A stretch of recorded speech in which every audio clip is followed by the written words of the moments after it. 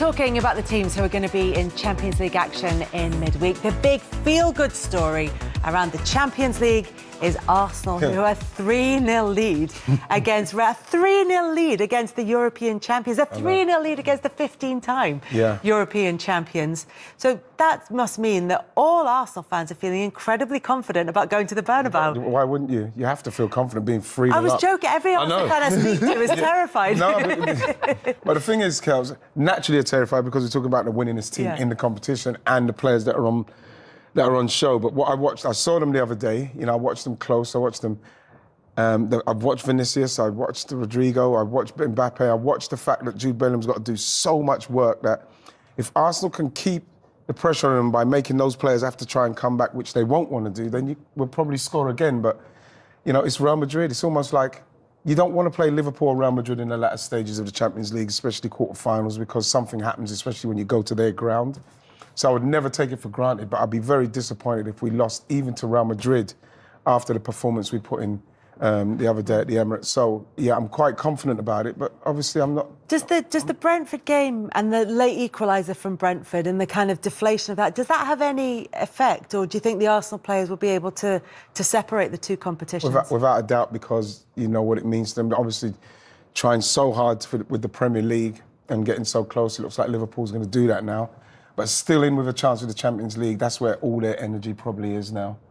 Obviously, Forest not taking advantage of the fact that they could have caught Arsenal. It makes it even more comfortable for them. But at the same time, you know, all the energies in this game. And being 3-0 up is ideal. I was desperate that Real Madrid didn't score one. But if they score an early one over there, like anyone knows, right, you know, it's a whole different game. They've never come back from 3-0 down before, Real Madrid. And now they're playing us. And so, the first time they've ever come back... The first answer was, why wouldn't you be confident? And now you've started talking yourself... You have to be confident because you're 3-0 up. You have to be, but you're against Real Madrid, so you can't ignore that. I think that's the bit that gives Camavinga confidence. getting sent off at the end. That's one of the worst you'll ever see at that level. Exactly. At that level, to see I know somebody Arsenal may struggle with goals in the Premier League, but Real Madrid have got no defenders left. I mean, Rudiger's the only one standing, I think, at the end of that. So it's looking really good for Arsenal in the Champions League. It's whether that kind of has a knock on to the Premier League and vice versa. Honestly, Kels, I don't think so, because I just try to picture myself in there, in the predicament that they're in now, where they are in the league and everything, and I wouldn't be thinking about anything else other than that game now and getting through that game. You're going to Real Madrid. Like, you just, as a player, like, you just can't wait for that. I think there would have been some residual disappointment from the weekend, but I think you would quite quickly change your mind, because you're going, do you know what? We had the buzzer through the week. I mean, Declan Rice must just... I would just love to be in his head for a second, just like that feeling. You know what would have been good with that though, Rachel? Like you mentioned, Mayowa, about the chances. Is Declan scored 2 out-of-this-world free kicks, but we created other chances where I'd like to have seen us score them in open play. Because you don't want to feel like, if we need somebody to score another 2 worldies just to keep ourselves in it. So you're hoping, Kels, that we can play like we did, create chances and then try and take them this time. Talking about an early goal changing the whole complexion of games, Villa Park with a 3-1 deficit for Aston Villa against Paris Saint-Germain, who are very different Paris Saint-Germain from the early stages of the Champions League, from the league phase, which they almost didn't even qualify out of. Now found themselves in the knockout stages, look like a different team altogether. 3-1 to Paris Saint-Germain at Villa Park. But if Villa can get an early goal, is there a way back for them? There's certainly a way back. I've actually got a ticket. You're hoping there is. I see the fans are going to play a massive part. I'd love Villa to score in the first 10, 15 minutes, Kels, because then I feel that we might see that PSG, what we saw earlier on against Arsenal. But it's going to take a massive effort from everybody there. Yeah, I think that's one of the hardest things, I think, about the mindset of, do I think Villa can score 2 goals? Absolutely. But it's, can you stop them scoring another? And so I think it'll be a great game. I think at Villa Park, you know, Villa will go into that feeling feeling confident because it's at home, and there's no pressure in that in the way that a lot of people think they're out of it. And I think as a player as well, sometimes you enjoy that when people think you don't really have a chance. So sometimes that's a nice feeling because you think pressure's off, but we back ourselves. Yeah. Can we get a goal? They know they can. They did that away from home. They scored first. You do that, you start asking questions because PSG were a different team at the start. And some of those players that have come in and have changed it for them are young players too. So can you just ask them a few questions? That's What have you got away from home? Not in your comfort zone. And you got to try and lean into that. See, Champions League games feel like something that you can really look forward to, that can add something to the Premier League season. And then you've got teams like Tottenham and Manchester United, where their whole season, it feels like, is resting on what they can do in the Europa League. And they're both, level pegging 1-1 and 2-2 in their respective fixtures.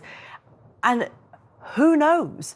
Who knows what could happen? It doesn't feel hyperbolic to say what happens next season could rest on what happens in these next two games for them. 100%. You look at both of them where they're in the league, and there's no reason for them to be in those positions. There's no reason at all. And for United in particular, this could be the biggest game they've had in recent times. The backdrop of not getting through this could be very, very, very stark to where they want to be. There's been a lot of talk of, takeover and the direction when they go in, but this is not where Manchester United should be. So it's a massive game for them. And, the performances leading up to this have not been great. You're coming off a 4-1 defeat to Newcastle. In Spurs' example as well, it's exactly the same thing. Spurs should not be where they are in the Premier League table. They should never be there. 17 losses should never happen in a league campaign for Spurs. So they're both hoping that this one trophy can change the narrative and they can walk away saying that at least we got this. And both of them can't win it. So it's going to be interesting to see who gets closest or if they actually manage to progress from this tie. I was speaking to Man United, some Man United fans, and they were talking about if they won the Europa League and finished where they are, would it be considered a good season? And one said, no, it wouldn't be.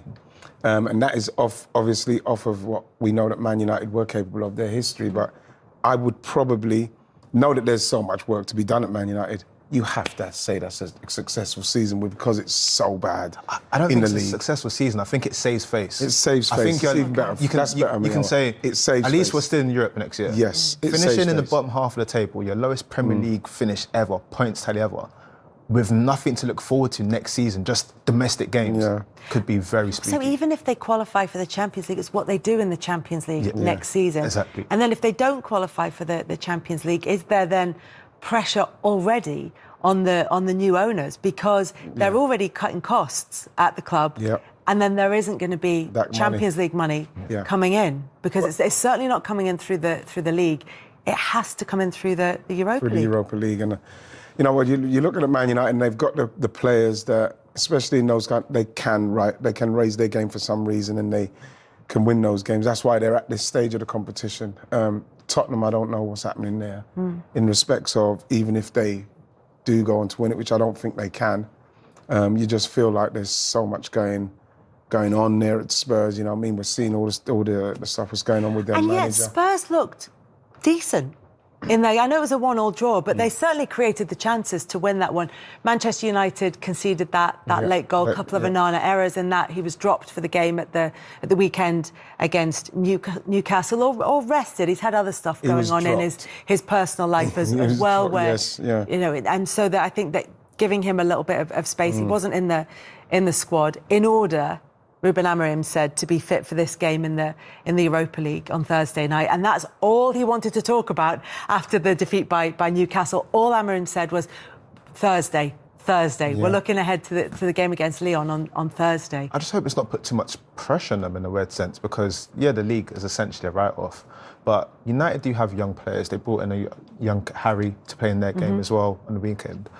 You just hope that now that because of Onana's comments before the first leg and what happened, now come to the second leg, that it doesn't become a pressure point. It will. Where they crumble underneath it because the whole season has been that. They've just not managed to rise to the occasion when they need to. So are you saying he's going to play Onana in that game? He's rested him for that game, would you say? Well, I mean, why would if you drop him for both? He's saying it is just for one game. Yeah. That's what Amorim has said. But we will see in midweek. We'll see, as Ruben Amorim kept saying after the defeat by Newcastle. We'll see on Thursday. Is what he kept saying. Thank you very much, Rachel. Thank you, Mayowa. Wrighty and I will be back next week when there could be a whole different complexion on that race for European football next season. See you then. Bye bye.